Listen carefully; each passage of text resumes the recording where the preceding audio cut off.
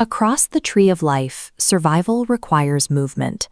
Whether it is an epithelium sweeping mucus from a human airway, a single sperm navigating a reproductive tract, or an E. coli bacterium spinning through its environment, cells rely on microscopic extensions to interact with their world.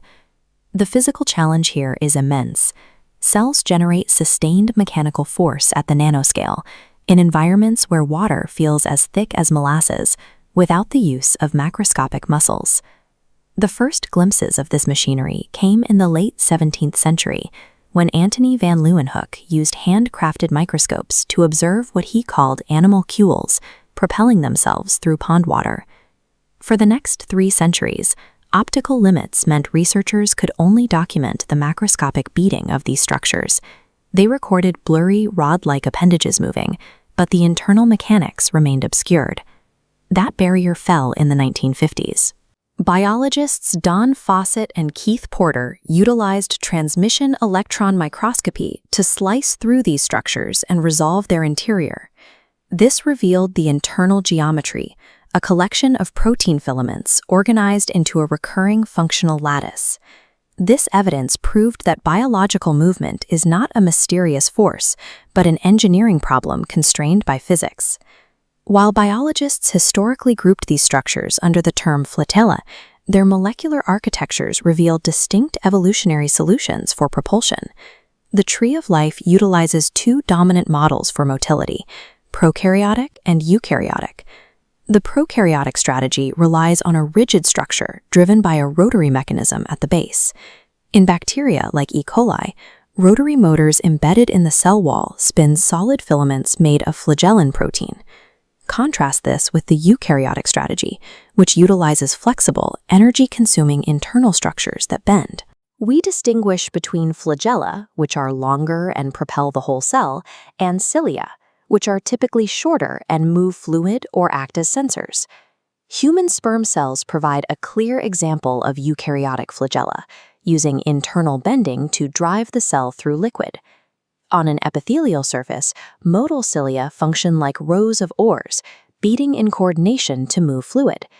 Despite sharing a name and the goal of motility, prokaryotic and eukaryotic flagella evolved independently, solving the problem of movement through 2 completely different mechanical engines.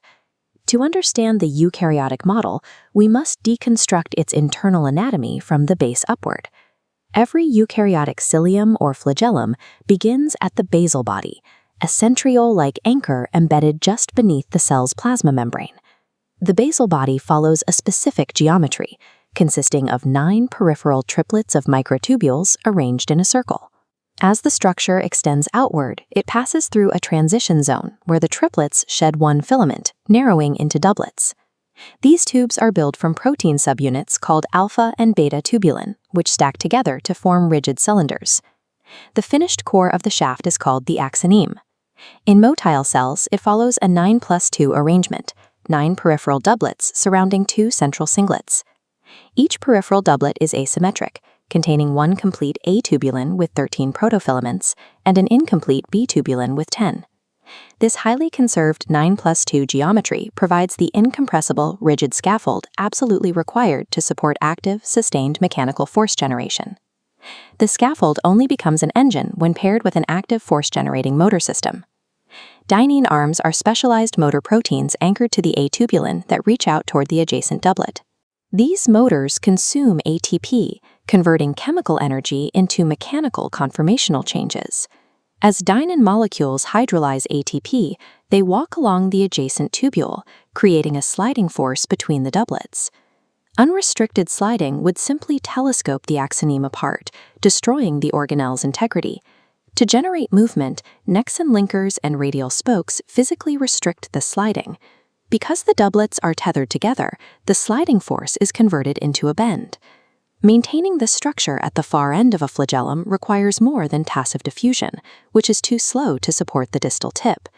The cell utilizes intraflagellar transport, or IFT, an active highway system that shuttles protein cargo up and down the axoneme for continuous turnover.